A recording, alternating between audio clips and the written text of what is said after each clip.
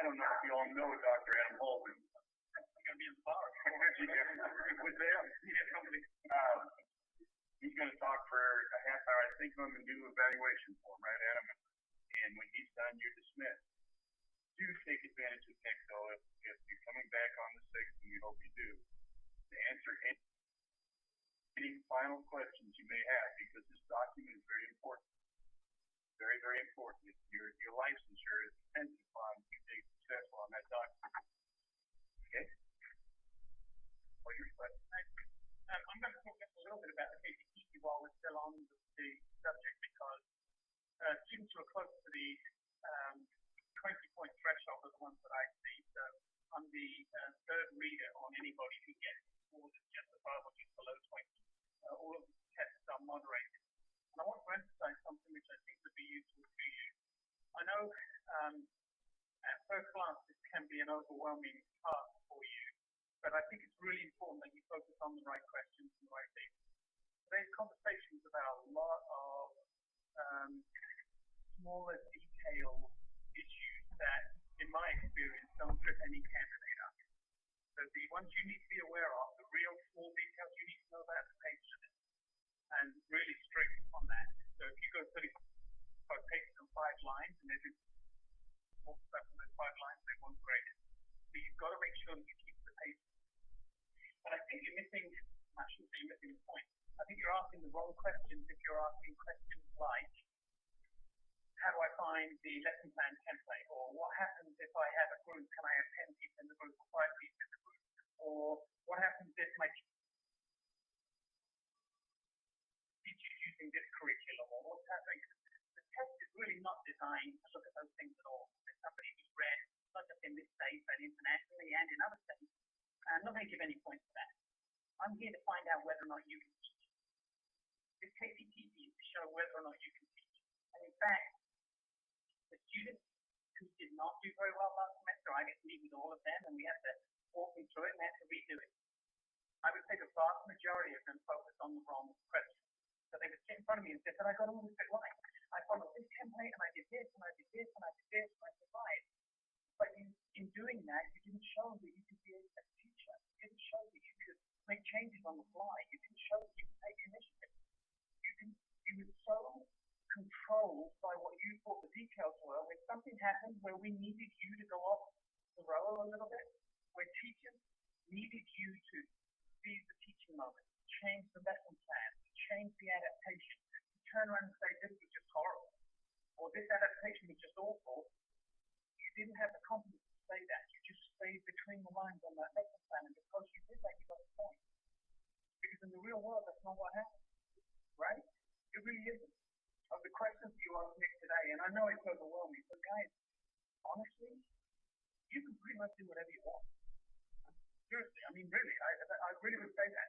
If you're in a block schedule and your classes last an hour and 90 minutes each, that could be 3 lessons, right? Because no one's going to go through your files to look up whether or not your lesson 30 minutes or 90 minutes. No one's going to check to see whether you taught one at 10:30 or one at 11 o'clock. They're just going to choose their 3 lessons, right? It doesn't matter if it takes 8 weeks or if it takes 8 days. Because really, as a reader, I'm not interested in that. I have no interest in whether or not you can follow a lesson plan template, right? Here's what I need to know. Can you plan a unit that has multiple lessons in it? Are those lessons in some way aligned to standards that you're supposed to be teaching? If I give you standards, can you create lessons, right? Probably the easiest way for you to demonstrate that is for you to develop them yourself. In other words, maybe the science or the social studies arena. Can you follow a scripted text? Yes. Can you follow single reading books? Yes. Can you do exactly the same as every other kindergarten in the class in the school? Right. Because it doesn't matter. The content of what you're teaching is really what we're looking for. We're looking to see what happens when you get in that class. Right? That's what's going to get you hired. If I'm hiring you, I'm not interested in whether or not if I give you a lesson plan, you can read it and copy it out. I'm interested in what happens when the kid does throw off in the classroom. Now what did you do?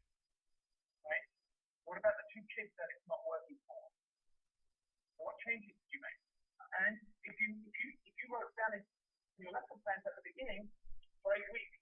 I'm going to make this change for a student, and after the first 3 weeks, it's not working. Don't keep doing it for the next 5 weeks, right? It's not working, guys. Get in there and change it. It doesn't matter what you said you were going to do. If you plan for 8 weeks or 8 lessons, and you lose 1 lesson or 2 lessons because of snow, guess what? Take the 8 weeks and make it fit in the 6. That's what good teachers do. That's what happens all the time.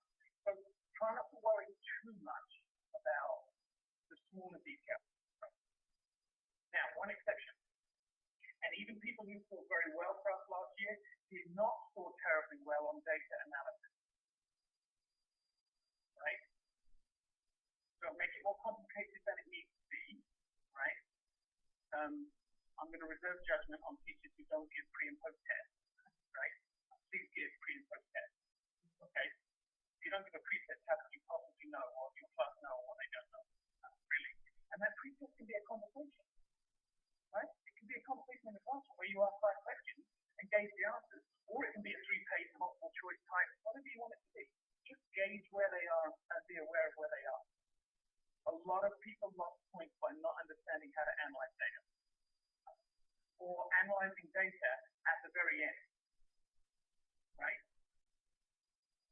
Data is collected so that you can make decisions, okay? So think about that.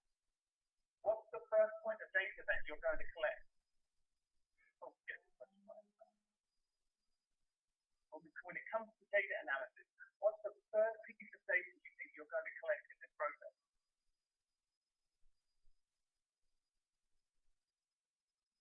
The pre-test, right? Day 1, the very first thing you're going to do is get data. Talk about it. Talk about the pre-test, right? That's data for you guys. You can prove to me that you know how to analyze data before you even start teaching anything.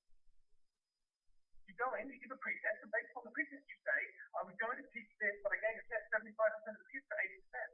And that's what we teach it. Great. Now, your 8-week plan's redundant, but at least I know, right? I'd much rather that. And in 2 of the cases that didn't get through last year, I had specific conversations where I sat with the students and said, why did you keep doing this when you saw that? And they said, because I had to follow the template.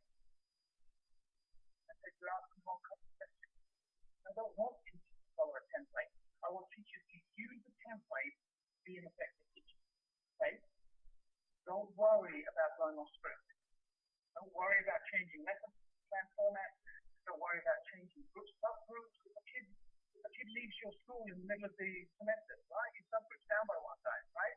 Or if your teacher comes in and says, by the way, the kid in the corner throwing chairs, he's in your subgroup because I can't deal with him anymore. Right?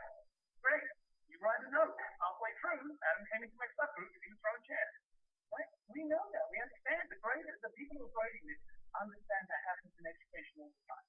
Give us the information, show us that you can do a good job. If you do that, nobody in this room or online will struggle with this assignment. Not a terribly complex assignment. All you've got to do is believe in yourself and know that you can do this. And I think everyone can. Okay? When Nick comes back, think about the types of questions that you want to ask him, all right? And think specifically about those areas which are being problematic for you. Because I think he could be a really good resource, not that he wasn't today, but I think he could be a really good resource if we pinned him down for 20 minutes on tell me what good data analysis looks like. Right? That's a great question to ask somebody when you know you have to analyze data. And in my opinion, it's much better than, what font do I use and how many lessons, how long is a real lesson? Make sense? I think he could really give you some great examples, some great ideas. That's just my personal opinion. Dr. Strain will help you anytime. You've got my contact information. You can call me anytime. I'm happy to have those conversations with you. But I would focus on the bigger picture, and I think that you can be in pretty good shape. Right. So I'm going to talk to you this afternoon about the KEEP tool, K-E-E-P tool. And the reason I'm going to talk to you about this is that for the first time in a number of years, we have changed the evaluation tool that will be used to evaluate you in student teaching. And we are going to be using the KEEP tool from now on. It's going to start this spring. I'm sharing this information with you today.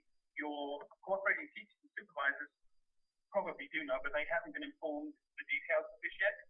So don't worry if they don't know anything about it. They're going to get a video from me and they'll get information. The reason that we're going to use the Keep tool is because the Keep tool is the professional evaluation tool for teachers that is most widely used in Kansas. Now, it's not exclusively used. Some of your school districts will use the McCrell tool, some will use the Danielson model tool. But the Keep tool is the one that over 100 districts in the state use. So the Keep tool stands for the Kansas Educator Evaluation Protocol. Okay? And the same as any evaluation protocol, it's split into sections. I'm going to run through the sections. You really don't need to write anything down. If you want to, and it makes you feel good, go for it. But this is just an overview so that you understand what's coming, all right? And where roughly you should be and the sort of thing previous courses. But that only happened for the first time on January the 1st of this year, so you haven't seen it. The students who go out after you, unfortunately, will have a little bit more understanding of it, but don't worry about it, it's pretty straightforward. There are 4 domains, they're called constructs in this. There are 4 constructs that we're going to look at. I'm going to run through them very quickly, just as a brief overview for you to be able to understand. If you have specific concerns or questions, feel free to ask them. I'm not going to go into too much detail because you can go online and read all the details online. It's not really a big deal. So the first construct is the learner and learning construct. And it's really going to look at 3 particular elements. The first one is the learner development of your students. The second one is learner differences, differentiation. And the third one is the learning environment, which is your classroom. Now, although you will be evaluated on each of these, you have control over a limited amount. So your teachers, I would imagine, your supervisors are going to look less at the learning environment because it's not as if you can walk into a cooperating teacher's room and start ripping things off the wall. But you can, in some ways, when you need to, modify what the room looks like in terms of desks or in terms of spaces. Or once you're given control of it, you should be able to speak to your teacher and say, can I make a couple of small adjustments if you really feel that you need to. So let's scroll down and take a look at these. In each of these, you're given a score. And you'll notice there's no pass and there's no fail on any of these. There are 4 domains, 4 areas: ineffective, developing, effective, and highly effective. The professional protocol for a qualified teacher whose experience is for them to be effective. All right? We would expect a student teacher to score developing or effective. Okay? In my experience as a principal and a superintendent, it's highly unusual for someone to score highly effective. Okay? Don't read this as a 1, 2, 3, 4 scale. If you do, you're going to want some 4s. Okay? Not sure that I ever got 4s as a practice teacher, so I won't do. So really your goal is to get developing, all right? So rather than looking at how high can I get, I suggest you look the other way. You want to try and keep that at column 1, all right? If you can keep that at column 1, you're pretty good. Because if you're ineffective in an area, it means that we really need to look at it, okay? Nobody is going to pass or fail student teaching based upon this feedback. We say that again so everybody understands. Nobody is going to pass or fail student teaching based upon this feedback. Now, having said that, if somebody sends this in and you get all ineffective, you've had a bad day. And we're probably going to have to talk, right? But we're going to look at other things as well. So don't panic about what somebody thinks. And a lot of the time I get calls from student teachers who say, look, I'm falling out of my cooperating teacher, or so-and-so doesn't like me, or whatever. Don't worry about this. This is to give you feedback on those areas that we think you should be looking at, all right? So don't worry too much about it. The key to this tool, and even though I say it a number of times, knowing students well, I know them, don't worry. Please don't be looking for 3s and 4s on a 4 scale, because this really isn't 3s or 4s on a 4 scale, okay? We're really trying to get developing or effective, okay? And to be honest, if a student teacher came back with all developing, I'd be fine with that. I would expect somebody who hasn't had a classroom for a year on their own to be, developing for effective. Okay? So, planning and alignment of instruction. And on the forms here, and everything's loaded into Blackboard so you can see it, they actually give you the different types of evidences that a teacher might look for, or that we might look for, and the considerations of things that we're really looking for. So you can see we'll go to the highly effective because that obviously needs to be our target if we get there. we're really looking to find out whether you can align students' learning needs and their developmental needs. We're looking to see whether or not you have a variety of appropriate teaching approaches, and we're asking to find out whether or not you can effectively adapt plans of instruction. So now you know that that's the goal that we're looking at. What do you think if you're in a school where a teacher says to you, here's the lesson plan, keep to the script, don't move off target? What do we do?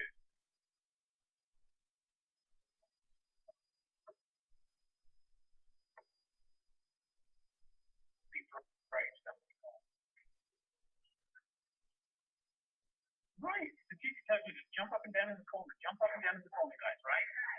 But what else do you have to do? You have to be effective in the model that's given you, and in your reflection or in your communication, you let somebody know, right? I've walked into student teaching rooms before where I sat down and thought to myself, I would rather stick pins in my eyes than have a teacher in my building teach like this, right? And give the student teacher an A. Because at the end of the session, even though I personally feel the entire approach was just horrific, it's not my school. It's not my classroom. And therefore, I have no say in that. My question is, did that student teacher effectively execute the plan in the way that they were given it? And did they afterwards say to me, just want to let you know, the reason I didn't move off task is that I was told that I needed to stay within it. Now I've got the explanation, they're going to get a great grade, right? So just because we know that's the goal, we also know that we want you to be professional.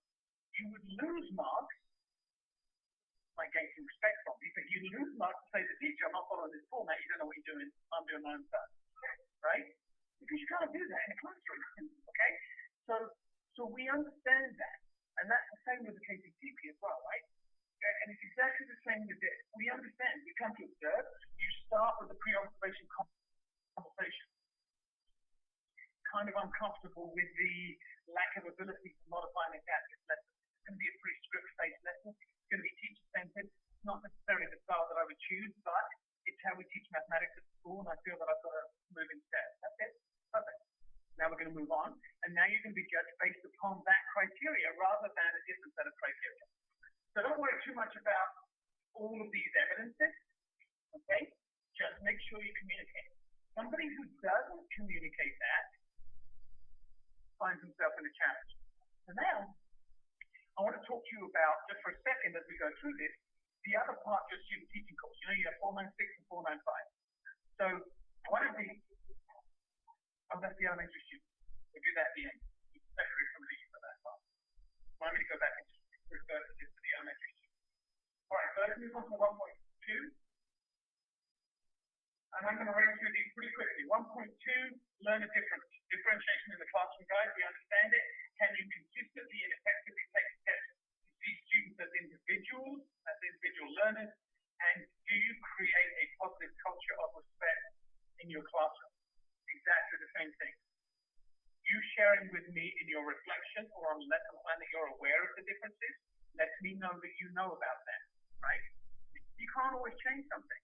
You can't go in and say, we've got 3 African American students in this class and there's not one thing on the wall where they can see themselves because we find another poster. Now, if it's your room, I can say to you, probably need to get a tiny bit more diverse about what's on the wall. But if it's somebody else's room, you can't go and do that. But that doesn't mean you can't comment about it in your evaluation or in your reflection. It doesn't mean you can't say, I would probably introduce a couple of different things to this room, or I might try a different approach.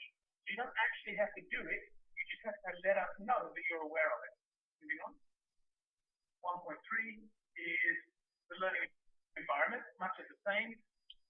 Can you work and collaborate with students to promote student ownership of learning? And can you have a safe, respectful, and academically challenging environment for all students? Okay. First one of these is a little bit more challenging. Okay. Most people, obviously, understandably, feel that when someone's coming to observe them teach, they have to teach. Right? The student teacher last week has got the most points from me. In fact, not just that, excelled to a point where I called a superintendent friend of mine and said, you need to hire this gal because I just watched her and she's fantastic. The session that I saw her teach, she probably spoke for 3 minutes, maybe. But she started by saying to me, This is a student-centered classroom. There's a collaboration activity. I hope that you understand and don't grade me down. My job is to facilitate today. I'm going to start them off, and then I'm going to let them run with it. Right? Brilliant session. It worked well for her, but it worked really well. I've also seen great sessions where the student teaches much longer periods of time for that. But remember, on this tool, which is the tool that you'll be evaluated by as a professional, your learning environment is supposed to promote student ownership of learning, not teacher ownership of learning. Make sense? Little things like, if there's 45 things up on an elementary wall, how many of them did the students produce and how many were professionally produced? Right? Because if you've got two sets of work where there's students and 40 sets of work which are professional, the balance is not where it should be. Make sense? So you need to be aware of those things. Let's go on to construct number 2. Construct number 2 is your content knowledge construct demonstration that you have good knowledge, content knowledge, and secondly, innovation applications of content knowledge. We actually do pretty well here. Jorge does very well. This is where we score our highest with our student teachers. Your knowledge, particularly at the secondary level, is normally very, very strong. So I wouldn't worry too much about this. I think content knowledge is pretty good. Where we trip up is the second one of these. Okay? Innovative applications. Innovative applications, which means technology normally, right? So your expectation is not necessarily that you understand and can use all of the technologies, but you can find a way to get through it. Make sense? So people who have challenges with technologies, I would encourage you to do whatever you can to try and solve the problem. And normally the problem can be solved fairly quickly. Okay? Most of the things you've been asked to do shouldn't be too difficult. So if you're asked to upload a video, you can Google how do I upload a video to Blackboard, to YouTube, to whatever it may be, Google Drive, and find 1,000 hits. Or you can send an email to somebody and say, I don't know how to upload this, I can't get it to work. One of them lets the person know that you emailed that you don't know technology, the other one doesn't. Right? Just do what you would expect your students to do. Try and problem solve, try and think through the solution. Specifically now, you're going to be looked at to be innovative. Right?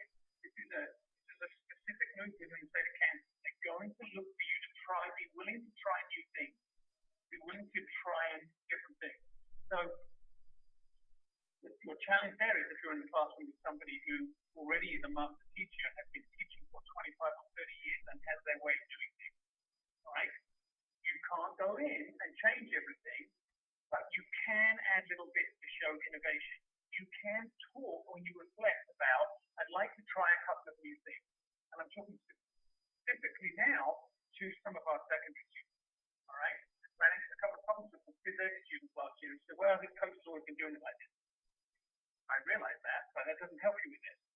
You don't have to change what the coach is doing, just make somebody aware that there might be a different approach, or that you might introduce something different. Go straight down to contract 3. Construct 3 is your instructional practice. So this is how we instruct, how we plan for instruction, how we assess instruction, and the strategies that we're going to use. Again, traditionally quite strong. We actually do pretty well on this one.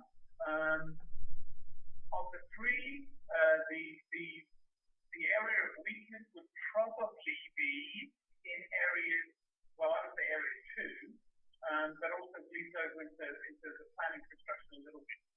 Specifically when we assess students, be honest. I know that's a really simple thing to say, and everyone says, well, I am. Being honest in the long run is so much better for students than being nice. When you first go into a classroom, it's tough because you want it to be successful, and we, as human beings, tend to grade ourselves based upon the relationships in the classroom. Okay? The least experience you have in the classroom, the more you want students to actually, they don't necessarily have to like you, although that's a bonus, but, you know, you really don't want them to hate you too much, okay? Well, once you've been teaching a few years, you'll realize that some students are going to hate you even if you're great, right? 10% of the kids are going to hate everything you do, 10% of the kids are going to love everything you do, even if it's bad, and the rest are chameleons. And on any given day, the chameleons can be red or green, all right? So don't worry too much about that. Here's what is true. Rigor is very important. You hear more and more about rigor in education. You've probably read about it in the news recently. Teacher education programs times, and schools are being told that there's a massive problem with grade inflation and that students are not being given accurate feedback. Unfortunately, both of those things are true. And that's not your fault, and you're walking into an environment where it's much easier not to tell a student the truth than to tell them the truth and then meet with their parents for them to share with you what they think. And so teachers often don't. Guys, that doesn't help kids. That does not help students. You're far better off finding a happy medium of saying to students, this is where you stand. Last point to go over there. Reflect to yourself before you go into the classroom what percentage of grade should be given based upon someone's working hard or being cooperative. And particularly at the elementary level, you'd be staggered at how many students get good grades if they're nice kids and they do what they're asked. But unfortunately, they're C kids. Right? And no one ever tells them that until they get into a grading system that only grades for academics. So we see students in middle and high school who have always been told that they're A and B grade students go and take a standardized test and score in the 60th percentile. It's kind of cruel for the kids. Yeah.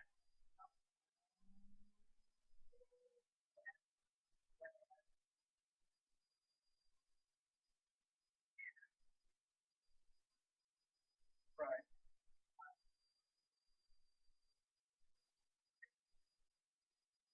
Right. Well, it isn't, but certainly I would understand that. We go back to some of our basic like, Maslow's hierarchy of needs, right? You've got a kid, you have to have a kid feel safe and comfortable about the learning environment before we hit them over the head with self-actualization. You have to be fair. If there's a kid going home to a rough home situation, or not even that, someone who comes from a reasonably good home situation, maybe a single parent whose mum works third shift, you could be in a school district where many school districts now don't bus within a mile and a half. Imagine today getting up, no breakfast, and walking. Today it was about 18 degrees, the sun came up, and walking a mile and a half to school, and then someone sits you down, you're hungry, freezing cold, you've had a bad day before it starts, and someone says, where the heck's your math home? Right? We have to be aware of that. But that's where those reflections come in. That's where a teacher saying to me, I'm really kind of rigorous. You have to understand there's a different plan for Adam. Let me tell you a little bit about it. That teacher's understanding of the student immediately impresses. Because at that point, I'd be saying to you, throw the grading book out. I'm not interested in it. Let's worry about the kid's welfare, and then we'll worry about the student's, education. Does that make sense? And that's built into the rubric if you look at this section right here. Yeah.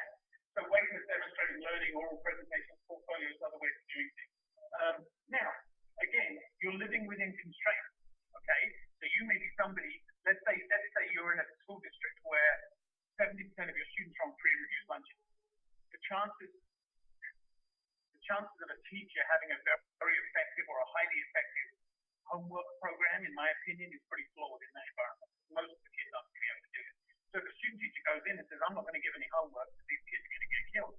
If the cooperating teacher gives homework, right, you've got to balance that out.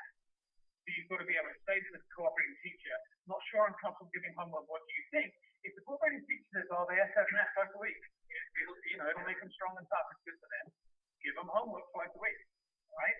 Then you've got to be creative, okay? That's where you get credit in your grade book, right? Because you count homework 0.0000001% and give it 20 points, so it has no impact on the kid's grades at all. Same time, you've given the homework, you've complied with what the teacher said, the kid doesn't understand the grading scale, and you can turn around and say, this is why I'm doing this for these students. Make sense? So adapt, overcome, make good, sound educational decisions based upon that. That being said, being nice, getting things turned in on time, being compliant is an important part of grading. Think about how many points it should be worth. Right? Not for the kids who do it, for the kids who don't. Right? So if a kid turns, for example, I come into you, I give you my math test, I'm 2 weeks late with my math test, and there's a policy saying that, you're going to get docked for that. And you grade the test and I get 100%. What grade should I get? Should my inability to be organized cost me 90% of my grade? Or should my content ability give me 90%? And each one of you will have a different opinion. But think through it before you start giving grades, because people are going to ask you questions.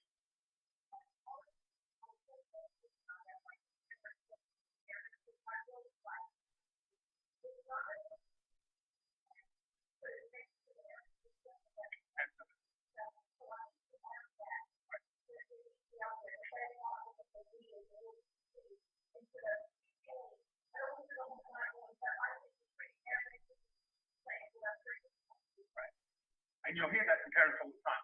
And that's a great quote. For those online, the quote's very simple. Fairness is not equal. Being fair so that everybody has the same opportunity does not mean that everyone has the same equal situation. Because if you took the kid who's going home to a terrible situation and sent them home to a warm place where mum's going to sit by them and help them with their homework, and then they're going to go to bed with a full tummy, I promise you their math scores will go up. I mean, they will. They'll just get better homework scores, guys. And so we have to just be aware of it. Just think about the rigor, because you are going to be asked questions about that. How can you prove to me that this is rigorous and that it's valid? Good answer to the last one. The last construct is professional responsibility. Normally we do pretty well on this one, guys, okay? Reflection and continuous growth, and I'm going to talk a little bit about that one in just a moment. Collaboration and leadership. We normally do pretty well on collaboration and leadership. If you get off the PD, make sure you take it, guys, all right? Get the opportunity to learn from teachers, from outside speakers, do other things. I would definitely take whatever you can, collaborate in any way that you can in your district. Reflection and continuous growth is something that we all learn and we get better at, I think, as we become A, more experienced, and B, perhaps a little bit less self-conscious. Just remember that our commitment to our students is to give, it should be, in my opinion, to do our best job every day. And that's as good as it gets, okay? And there have been days when, there's days, even now, some very recent, where I might drive home and think, oh Lord, I should never go to work today. You know, I made so many horrible decisions by 10 o'clock and I just pissed so many people off, and it was just a horrible day.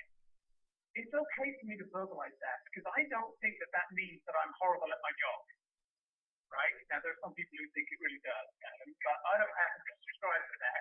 What it means is that I didn't do very well today. I've got to think about what I did and how I did it, and I've got to go and try and do better tomorrow, okay?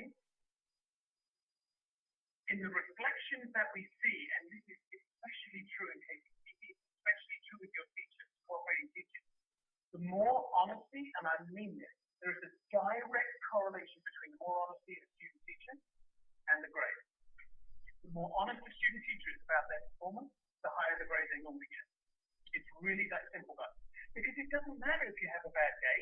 Anybody who's worked in education knows that most of us have more bad days than good days, right? The question is, A, did you know it was a bad day? Because if you didn't know it was a bad day, it means one of two things. Either number one, you didn't even realize it was a bad day, and that means that tomorrow's probably going to be a bad day too. Or number two, you did realize it was a bad day, and you didn't have the fortitude to say it's a bad day. Neither one of those are good, guys, right? Neither one of those options are good. The best and only option, and it's the one that liberates us, is today was just ugly. It was bad, and I'm sorry. And if I had it again, I'd try and change some things so we got better. But I'll sit down, I'll learn from it, and I'll come back and I'll try and be better tomorrow. You'll need that with your feedback. You'll need it from feedback to parents and students and your cooperating teaching, etc. That's the PCT thing. It's online for you. Sorry, that's the key. It's online for you now, so you'll be able to see it. Many of your teachers will know about it because they're evaluated using the same tool or something very, very similar. So you should be aware of that. You shouldn't worry too much about it. At this point, if you are an elementary student teacher, I'm sorry, I need you to stay for another 10 minutes. If you're secondary, you're out of here, guys. Go enjoy the weekend.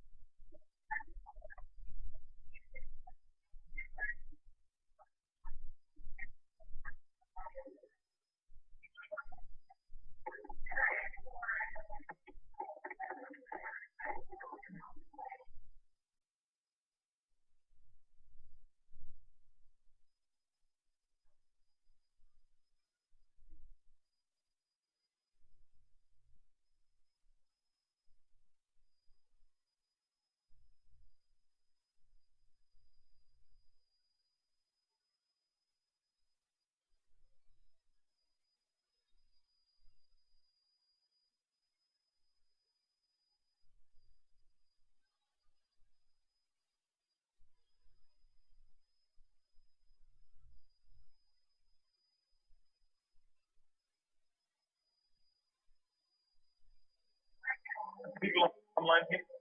Right. So I want to spend a few minutes talking to you about the elementary school classroom, which is the course that goes alongside your student teaching. So this is 495 and Coach 496. Okay. So for you actually have to produce 3 videos, and you have to turn those videos in, and then you reflect upon a specific set of guidelines for each of those videos. So I just wanted to talk you through some of that experience. First things first, starting last year, for the first time, we actually took all of the observation of those videos outside of the university. And so the people who are actually observing those videos, don't be assuming that for 1 second. But the majority of the people who will be reviewing your videos are not people who have instructed you. So they won't have seen you a lot before. Most of them are professionals in the field. Okay, they're either principals, superintendents, assistant superintendents, that sort of thing. Okay. Their opinion is their opinion. Right? One of the big shocks we had last year is that their understanding of their expectations of what they expected for a new teacher and some of ours are different. And so they were saying to our students, by the way, this isn't good. And the students got upset about that. All right? Welcome to real life. It's okay for someone to say, oh, what's this? And I think it's very good. It's just their opinion, guys. Okay? You're not going to lose or win based upon someone giving you feedback like that on the lesson. So don't worry too much about it. I want to talk about the videos themselves, and then I want to talk about the reflection. And it's almost exactly the same conversation that I have with you now that I had over the KPTP. Okay? You can ask to videotape your room predominantly while you're doing some instruction. If you can, videotape your room, right? I would always say try and keep the camera off of kids, right? People walking through doing close-ups of kids' faces is never good in my opinion. But as long as you get a waiver, and for the KPTP you would have to have one anyway to video in your classroom, then you should be covered to actually videotape yourself. Some people say, can we use the same videos? Because I know 2 of them are going to go in for the KPTP. Could we use those 2? No, I realize that, but they're still going to take. Could we use the same video footage to actually put into 495? Yeah, you can. There's no, it's not a problem necessarily. The 2 are totally separate assignments. Okay, so if you have set this videotape up, if you've set a videotape up because you want to meet all the standards of the KPTP, it may not be best suited to one of the ones for your 495. All right. For example, one of the questions on 495 is, show some of you yourself teaching and talk specifically about classroom management strategies in the video. Well, if your KPTP is more about instructional design, then you're not going to show the same things in the 2 videos, so it may not transfer, but it might be available for you, it may be good for you, all right? Let's talk about the 495 class. It doesn't matter what happens on the video. It really is that simple. It doesn't matter what, I don't care if well, I do care, but if there are kids, bouncing off the walls, that's fine, all right? The issue is not what happens in the video. So some people actually took video footage of themselves teaching and then attempted to reflect on classroom management. Guys, you can't talk to me about how your class is set up if I can't see it, right? All I could see was your face on the desk. Make sense? That's not a very good video to give me to talk about classroom management. Now, if you're in a situation where your school refuses to allow any students in there, you would explain that. But then I would expect you to do a couple of other different things, like draw a basic plan of your class, this is what it looks like, or videotape your class with no students in it, so I can see what the physical room looks like, because you're about to reflect and talk about classroom management. And part of classroom management is safety, moving around, working in groups, what's on the wall, what those things. So make sure the video helps you. Secondly, you get virtually, not completely, virtually no points for what happens in the video. This is all about your ability to reflect upon what you've been asked. Make sense? So once again, I go to that point about it's a collaborative learning experience, right? And so I had some students last semester get quite upset because they got some feedback which wasn't particularly good for them.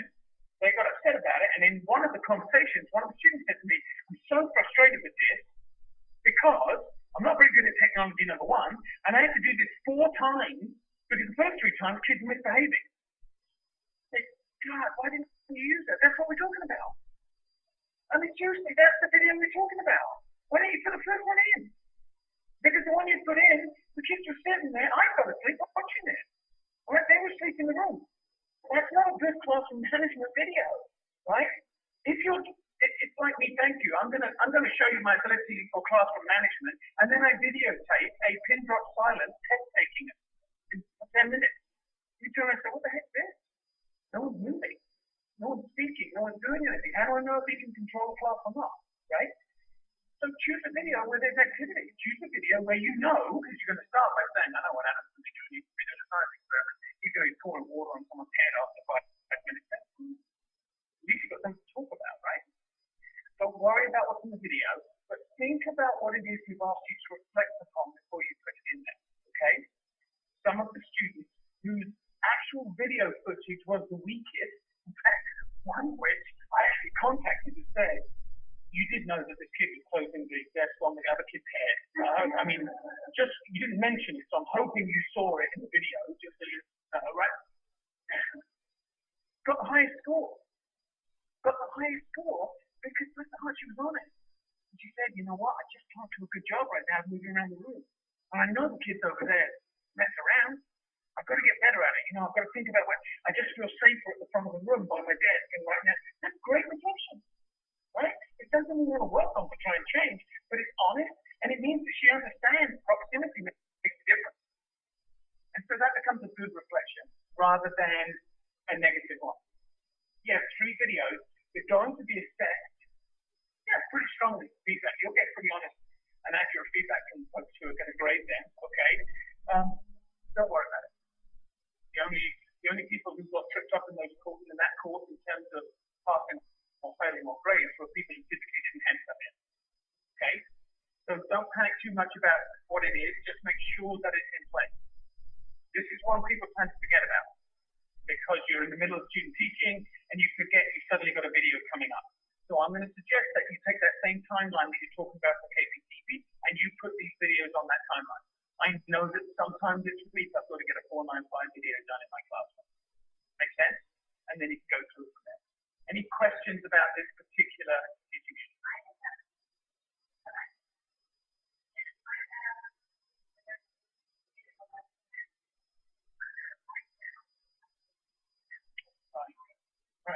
Right.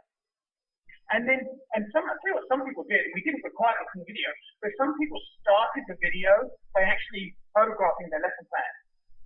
So they put it up there for 30 seconds so I can read, okay, so this is what we're going to do today.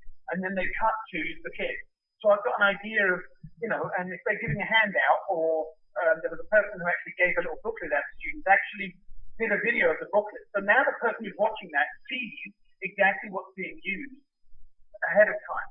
Brings a great deal of context to the video because you know what the kids are supposed to be doing, and so now you can understand and see it a little bit more. But it's the video reflection that you give that's going to give you all the points, right? It's that part that's the really important part, right? I don't know. I think so. Figure out what section you're in, and that's the first way. Kevin might change.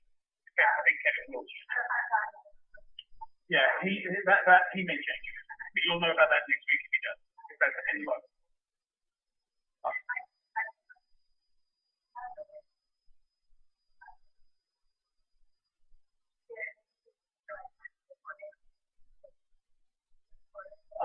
Well, you can use any technology now. YouTube, you can record directly into that. Google Hangouts on there, you can make a meeting and record directly into that. You can record on your desktop camera using screencast. I would literally Google best ways to record video. You'll see there are dozens of different ways of coming around the room. Yeah.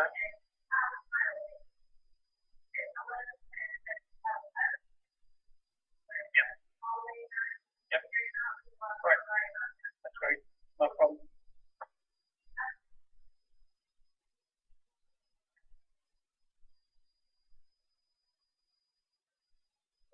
It's really important. It's a great question. And a lot of people do it differently. I'll be honest with you. The best ones I've actually seen seen have been people who are reflecting on the video maybe that evening after they've rewatched it. Although some people will dismiss the class and literally click it back up, they're back in the classroom still, and they'll say, okay, let me tell you what I think about what just happened. You're not going to lose marks either way, okay? There is some benefit to saying, here's what I think happened, right? But then there's some benefit to going back watching it saying, I had no idea Billy was getting hit in the corner, right? So I would advise you to watch the video. I would always watch the video first, and then I would reflect upon it. You know, sometimes when we see ourselves teach and move around the classroom and hear ourselves speak for the first time, it's an interesting experience for us.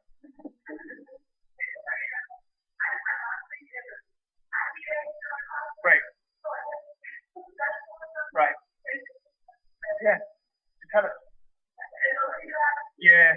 Tell us. Or just say in the reflection, hey, listen, just so you know, I don't normally dress like Coco the Clown. It was such and such a day, you know, and this is what I would normally do. I will say this, and, you know, maybe some male, but I don't go there as often. Last year, a number of our students lost significant points for wearing inappropriate things in class. And it was fascinating because they would watch a video, the observer would watch a video and then say, you know what, I saw the blouse you were wearing and I watched you leaning over the desk working with that group. There were males in that group. We need to be aware of that. Just be aware of it, right? Because again, if it's the lesson where you're standing at the front, it's very different. If you're in an early childhood classroom and you're crawling around on your hands and knees, that's different again too, right? So just be aware of that. I hadn't necessarily noticed it as much. I was sent a couple of last year, one of which was fairly evident, I felt. The other one perhaps less so. But just be aware of it. That's the point of doing these videos, right? You get to see things like that and say, okay, well, you know, where's something slightly different? Yeah. Yeah. It's up to you. If you want to, you can. No, well, what we need to know is that before you videotape in the class, yeah, you've got to get permission from the class. Some schools have a blanket permission, but some, as long as your school are comfortable with what you've done. Does that make sense? Because the only reason we are to see it or to know about it is so that we know you're covered. You're not required to do it for us because you're required to do it. Any other questions, comments? Yes, ma'am.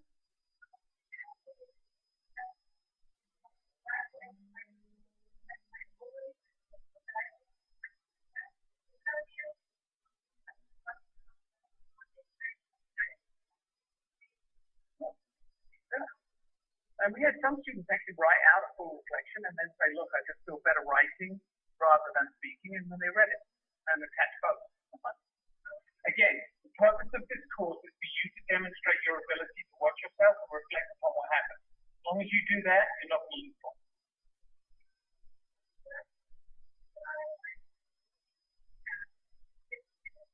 Right. I would take the whole 50 minutes and I choose just bit I want. That's what I would always do. By the way, I would do this for any session. For any videotaping you're doing, you may as well let it run, because for me, I would then trim to the part that I wanted to show. Other questions? We good? Anything online? Long afternoon. Appreciate your time, guys. Thanks for those of you who are online.